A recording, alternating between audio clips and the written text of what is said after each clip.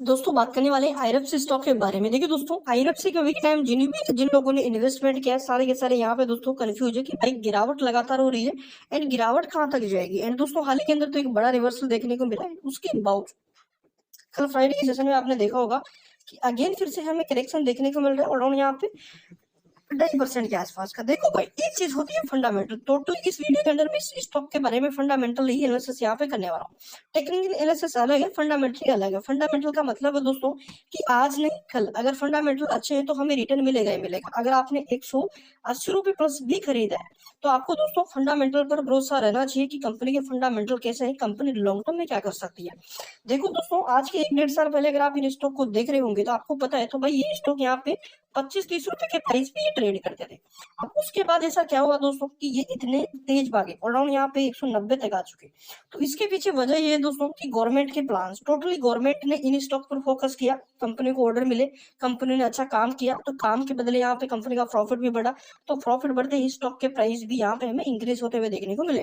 तो totally government का focus in stock को इस लेवल पे लेके आया। तो अभी के टाइम अगर आप देखेंगे दोस्तों तो थोड़ी वॉलेटिलिटी चल रही है, क्योंकि यहाँ पे आपके पीएस स्टॉक बहुत ज्यादा इफेक्ट कर रहे हैं। मतलब यहाँ पे बहुत ज्यादा करेक्शन में देखने को मिल रहा है। एक भी स्टॉक ऐसा नहीं है गवर्नमेंट का जो अभी के टाइम 30% से ऊपर ट्रेड कर रहा है। मतलब यहाँ पे 30% ज्यादा नहीं गिरा है। सबके सब दोस्तों 30% 40% के आसपास सबके अंदर हमें करेक्शन देखने को मिला है। और यहाँ पे फंडामेंटल ठीक होते हुए भी ये स्टॉक गिरे हैं, क्योंकि जिस प्रकार ये भागे थे उस प्रकार यहाँ पे इनमें एक बड़ा करेक्शन भी दिखा है। रिटेलर्स की तरफ से सेल गई। मार्केट अगर ऊपर नीचे होगा तो सब ज्यादा दोस्तों यहाँ पे जो स्टॉक ज्यादा भागे हैं उनमें इफेक्ट पड़ेगा। मिड कैप के में तो बहुत ज्यादा पड़ेगा, ये तो लॉर्ज कैप में आता है, क्योंकि मार्केट कैप स्टॉक अगर आप देखोगे तो भाई अराउंड 2 लाख करोड़ को पार कर दिया था। अभी के टाइम 1,78,000 करोड़ का मार्केट कैप है। 29 का RSI सॉरी जो पी है वो चल रहा है। तो पी के अकॉर्डिंग तो दोस्तों कोई ओवर वैल्यूड नहीं है। डेफिनेटली हम खरीदारी कर सकते हैं इस लेवल के ऊपर भी। अगर यहाँ से नीचे मिलता है तो ये हमारे लिए बहुत अच्छा रहेगा। 36-37 के आसपास हमें स्टॉक का जो बुक वैल्यू वो नजर आ रही है।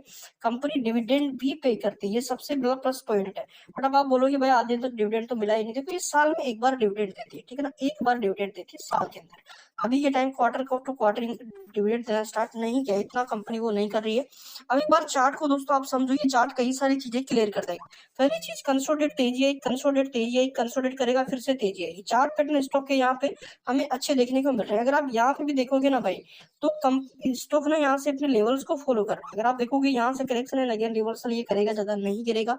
हाल ही के अंदर जो गिरावट हुई उसमें वॉल्यूम आई, इसका मतलब ये किसी ना किसी बड़े प्लेयर्स ने सेलिंग करी है। बड़ी वॉल्यूम के साथ गिरावट आने का मतलब है कि कोई बड़ा प्लेयर बाहर निकलेगा। इंपॉर्टेंट दोस्तों, कंपनी की सीजीआर ग्रोथ होती है। सीजीआर ग्रोथ का मतलब होता है कंपाउंडिंग ग्रोथ। प्रति ईयर कंपनी 25% के हिसाब से कंपाउंडिंग यहाँ पे कर रही है। वॉरेन बफेट ने इतनी सॉरी जो अपने राकेश झुंझुनवाला है उनकी कंपाउंडिंग रही है टोटल 20% के हिसाब से उन्होंने टोटली प्रति ईयर पैसा बनाया है। तो आप देख लो कितना पैसा उनके पास है, यहाँ पे मार्केट से कितना पैसा जनरेट किया है। अब इसको बोलते हैं कंपाउंड। जिस हिसाब से उन में एक एग्जांपल के तौर पे बताया मैंने, तो इस कंपनी के भाई 25, अगर किसी भी कंपनी की कंपाउंडिंग भाई 18-15 प्लस भी रहती है ना तो वो जबरदस्त रहती है। अभी के टाइम देखा जाए दोस्तों, मेन चीज कंपनी के क्वार्टर रिजल्ट, तो क्वार्टर रिजल्ट में कंपनी धमाका कर रही है। अगर आप देखोगे तो सेल्स कंपनी की लगातार इंक्रीज होते हुए देखने को मिल रही है। पिछले अगर देखोगे 2020 में 3932 करोड़ की सेल्स डबल हो चुकी है, 67 तो 42 करोड़ की सेल्स हो चुकी है।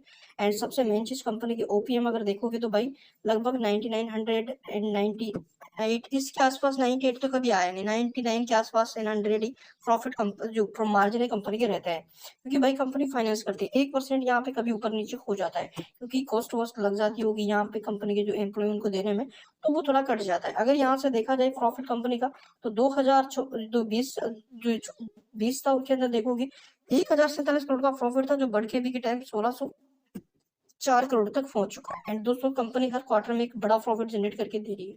तो पी भाई क्यों नहीं घटेगा, पी घटेगा यहाँ से। एंड अगर आप देखेंगे तो इसी सेगमेंट की जो ये कंपनियां ना, इनका पी एक बार आप यहाँ पे देखो, जैसा कि आईआरएफसी हो गया, पावर ग्रिड हो गया, एंड आरइस लिमिटेड हो गया, एंड ये आईएफसीआई हो गया।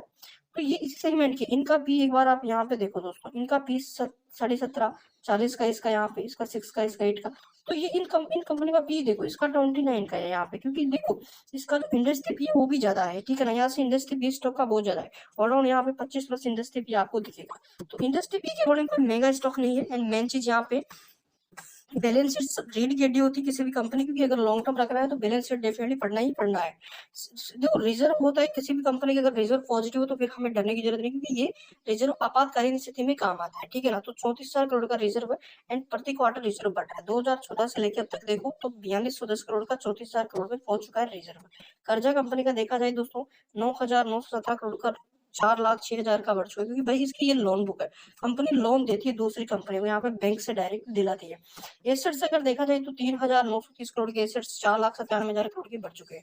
अगर हम देखो 4 लाख और 5 लाख करोड़ के तो कंपनी के पास एसेट्स है, एंड लाइबिलिटीज देखा जाए टोटल तो वो इतनी ही कंपनी के पास लाइबिलिटीज, टोटली बचा क्या, कंपनी का रिजर्व। तो ये चीजें हैं यहाँ पे। एंड बड़े प्लेयर्स के पास दोस्तों एक अच्छी खासी क्वांटिटी पड़ी हुई है, जो ऑफर्स आएगा उसमें देखेंगे बड़े प्लेयर्स से माल खरीदेंगे। तो ये दोस्तों लॉन्ग टर्म के लिए तो यहाँ पे कंपनी जबरदस्त है, लॉन्ग टर्म के लिए तो आपको डरना है नहीं, उल्टा इस लेवल पे खरीदना चाहो खरीद लो। देखो 10-20 दिन गिरा क्या दोस्तों, लोग तो स्टॉक को कमजोर समझने लग गए यहाँ पे कि भाई ये तो गलत है वो है। तो भाई ये मार्केट की वोलेटिलिटी है, यहाँ पे अगर सभी एक जोन में ही रहेंगे तो स्टॉक गिरेगा ही नहीं, ऊपर ही जाता रहेगा। तो ये चीज आप समझो, गिरावट में ही हमेशा एक इन्वेस्टमेंट का मौका होता है। तो एक अच्छे डिस्काउंट में मिल रहा है अभी के टाइम, एक अच्छी बाइंग हमारी रह सकती है, क्योंकि बॉटम पे ट्रेड करना है, ठीक है। चैनल पे नए सब्सक्राइब कर लो, बेल आइकन अपडेट्स आपको